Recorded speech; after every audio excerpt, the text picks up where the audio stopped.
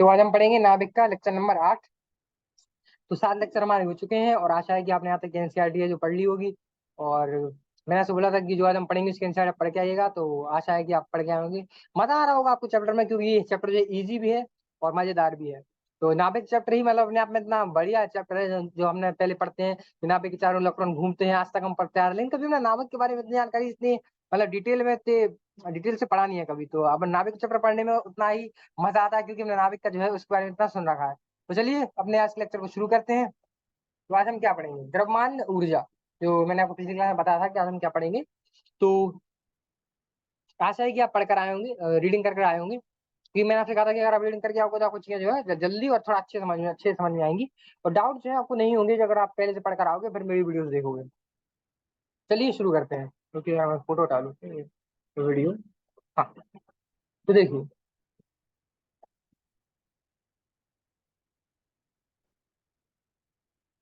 हाँ, तो आइंस्टीन ने अपने विशिष्ट अपेक्षिता सिद्धांत के आधार पर यह दर्शाया कि द्रव्यमान ऊर्जा का एक दूसरे सॉरी, दर्शाया कि द्रव्यमान ऊर्जा का ही एक दूसरा रूप है। कहने का आप अर्थ समझिए। आपको कि यार ये कैसे सर, द्रव्यमान जिसको हम एम से जो दर्शाते हैं और ऊर्जा जिसको हम ई से, कुल ऊर्जा होती है उसको ई से दर्शाते हैं।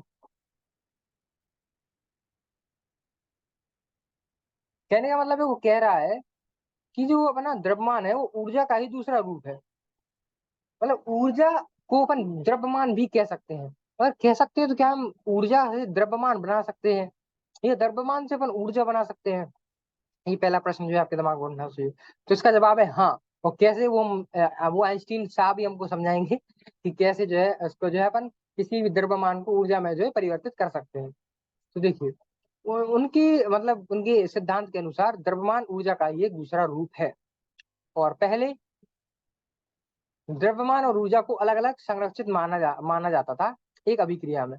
कहने का अर्थ यह है कि जो पहले जो है हम द्रव्यमान और ऊर्जा को अलग अलग समझते थे। मतलब द्रव्यमान, हाँ अभी भी इससे पहले शायद कुछ बच्चे तो इससे पहले समझ भी रहे होंगे, ये पहले पढ़ाने से पहले आपको लगा कि यार द्रव्यमान कहाँ अलग चीज है।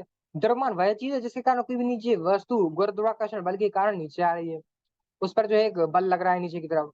और एक ऊर्जा क्या है?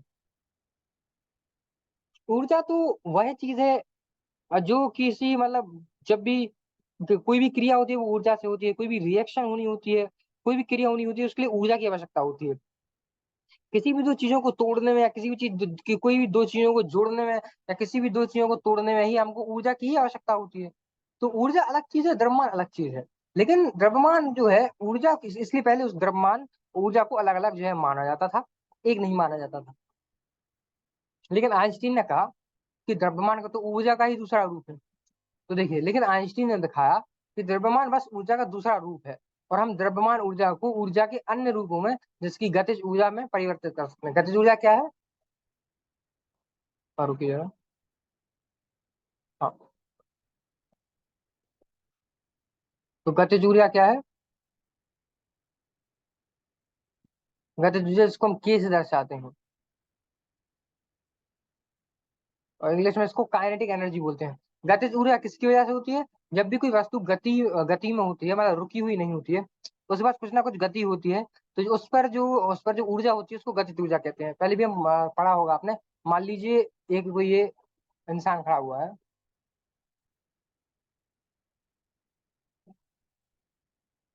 और मान लीजिए ये इंसान खड़ा हुआ है। वैसे ही बात आपको पता होगी, बट फिर भी जिनको नहीं पता उनके लिए एक्सप्लेन कर रहा हूँ। मान लीजिए ये आदमी खड़ा हुआ है, इसका वेग है 0। अगर इसका वेग 0 है तो इस पर जो है गतिज ऊर्जा 0 होगी। की वैल्यू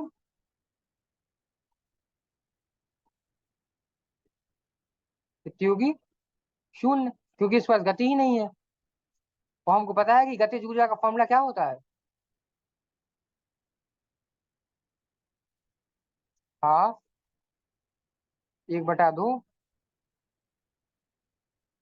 द्रव्यमान गुणे गति की घात 2। अच्छा, गति ही 0 है तो गतिज ऊर्जा भी 0 हो गई। अब मान लीजिए ये एक आदमी है जो चल रहा है, चल क्या रहा है, हम पूरा दौड़ रहा है सामने की तरफ। मान लीजिए कुछ इस जो है दिशा में ही भाग रहा है।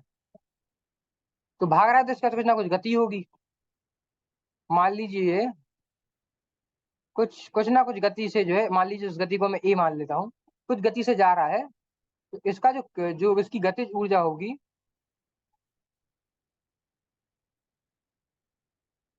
वो शून्य नहीं होगी, कुछ ना कुछ होगी। तो जो है जब भी कोई चीज रुकी हुई है उसके पास गतिज ऊर्जा होती है, और जब कोई चीज गति के साथ चल रही होती है उसमें गतिज ऊर्जा जो है होती है। और जो रुकी हुई चीज होती है उसमें गतिज ऊर्जा नहीं होती है। तो गतिज ऊर्जा का फॉर्मूला कितना क्या होता है, हाफ मतलब 1/2 द्रव्यमान गुणे गति का गति की घात 2। तो चलिए आगे बढ़ते हैं।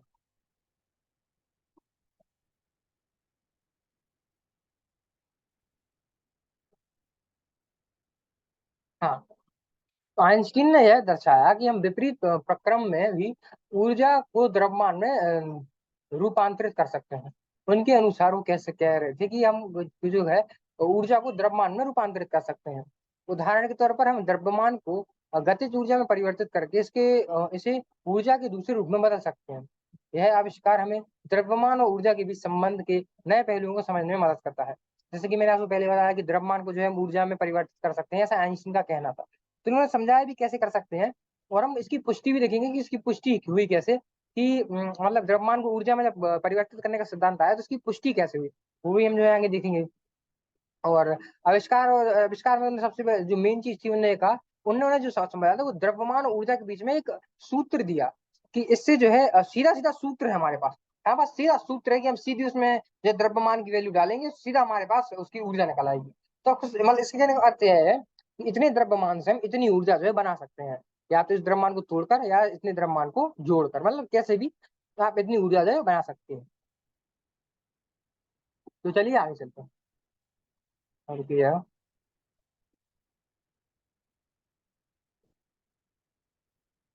हम्म इसके लिए आइंस्टीन ने जो प्रसिद्ध द्रव्यमान ऊर्जा समतुल्यता संबंध दिया है वह है ई बराबर एम सी स्क्वायर। तो ये जो ई बराबर एम सी स्क्वायर है, ये आपने बहुत जगह पढ़ा होगा मेरे हिसाब से। पढ़ा नहीं तो सुना तो होगा ही। तो ये जो आइंस्टीन की वो इक्वेशन है, जिनके जिनके चलते ही वो वायरल हुए हैं। ई बराबर एम सी स्क्वायर एक इक्वेशन है जिनने फ्यूचर बनाया है आइंस्टीन का, ऐसा समझ लीजिए। इस इक्वेशन ने बड़े बड़े सिद्धांतों को, बड़े बड़े चीजों को, जो कि कह सकते हैं हम कि सौर मंडल तक की चीजों को जो है, मतलब वहां तक ये जो फॉर्मूला अप्लाई नहीं होता है, लेकिन कहने का अर्थ है कि उसको अपन ऐसा समझ सकते हैं एक बेस को। जितनी भी चीजें जो मतलब सरल नहीं है समझना इनको, उनको ई बराबर एम सी स्क्वायर ने इतने सरलता से हमको समझाया कि ये क्वेश्चन जो है, ये सूत्र जो है इतना जरूरी है भौतिकी में, कि आप इसको खुद से समझ सकते हो। और अगर मैं कहूंगा, अगर इस टॉपिक से क्वेश्चन बनना होगा तो ये बराबर एम सी स्क्वायर से ही बनेगा। वो आपको द्रव्यमान देगी और आपसे पूछेंगे ऊर्जा जो है बताइए। तो ये जो है आपको इतनी ये फॉर्मूला याद होना चाहिए, ये फॉर्मूला तो आपको याद होगा, इसमें फॉर्मूला याद करने वाली कोई बात नहीं है। तो यहाँ ई जो है द्रव्यमान एम के समतुल्य ऊर्जा है। जो है जो ई है वो समतुल्य ऊर्जा है किसकी, द्रव्यमान एम की। और जो है सी जो है निर्वात में प्रकाश का वेग है। निर्वात में जो है निर्वात कह सकते हैं अपन, जिसको इंग्लिश में वैक्यूम कहते हैं। जहाँ कह सकते हैं कोई भी बल वहाँ काम नहीं करता है, हवा भी वहाँ नहीं होती है, और वहाँ कोई भी बल काम नहीं करता है। कोई भी गुरुत्वाकर्षण बल वगैरह उसमें कुछ काम नहीं करता है, उसको निर्वात कहते हैं। और निर्वात जहाँ पे जो हवा नहीं होती है, तो जब हवा नहीं होती तो वहाँ पे किसी भी तरीके का जो है रुकावट पैदा नहीं होता है। अगर आप लाइट जो है अगर चलती है तो कोई भी तरीके का रुकावट नहीं होता है। तो जब लाइट किसी बिना रुकावट चलती है तो वो सी यानी कि स्पीड ऑफ लाइट चलती है। उसी को प्रकाश का, निर्वात में प्रकाश का वेग कहते हैं। और जिसका जिसका सन्निकट मान 3 × 10⁸ होता है, आपको पता ही है। और जैसा कि मैंने आपको एक बार बताया था, जैसे इसको जो है सन्निकट मान को अपन ऐसे भी लिख सकते हैं, 299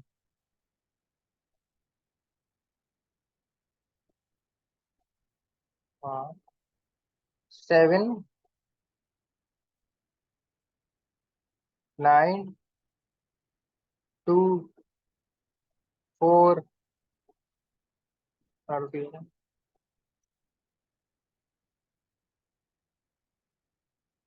8 मीटर पर सेकंड। कहने का अर्थ है कि ये इसकी जो है बिल्कुल अप्रोक्सीमेट वैल्यू है। बिल्कुल जो है अप्रोक्स है वैल्यू, मतलब बिल्कुल बराबर है।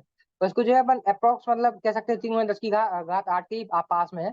तो उससे फर्क उतना पड़ता नहीं, लेकिन एग्जैक्ट वैल्यू इतनी होती है। इसको याद करने का कोई फायदा नहीं है, लेकिन याद होती है तो सही रहता है, मतलब अच्छा लगता है कि आपको जो है प्रकाश का जो है निर्वात में जो प्रकाश का योग होता है वो आपको याद है। तो चलिए आगे चलते हैं, इस पर निर्धारित है कि प्रश्न देखते हैं। ये देखिए, 2 मिनट रुकिए जरा। ये मैंने पहले हल दिखा दिया था, मैंने हल हटा दिया है। तो दिया हुआ है 1 ग्राम पदार्थ, 1 ग्राम पदार्थ। अब इसको हमको जो है किलोग्राम में कन्वर्ट करना है। तो हम इसे किलोग्राम में कन्वर्ट कैसे करेंगे? इसको भाग करेंगे 1000 से।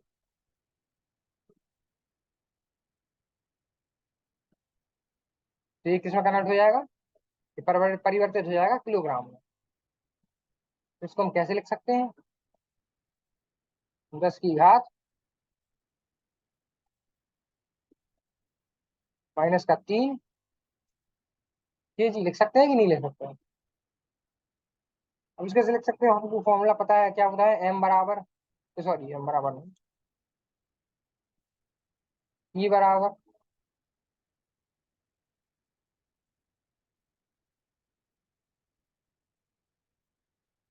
MC²।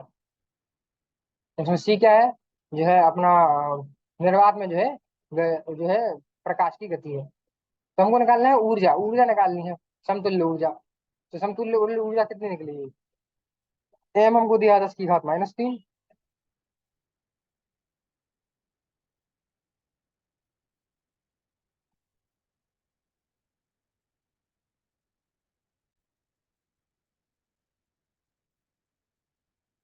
चलिए, तो ये दिया था अपन को 10 की घात -3। और जो है लाइट की गति होती है 3 गुणे 10 की घात 8।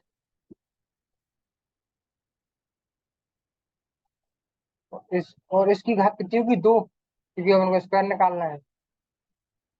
इसको जब आप सॉल्व करेंगे तो जो आंसर आएगा उसको यही सॉल्व कर सकते हैं अपन। और 3 की जो घात 2 होगी वो कितने हो जाएगा? 9 गुणे 10 की घात जो है 8 8 8 8 है, तो उसका दुगना हो जाएगा 16।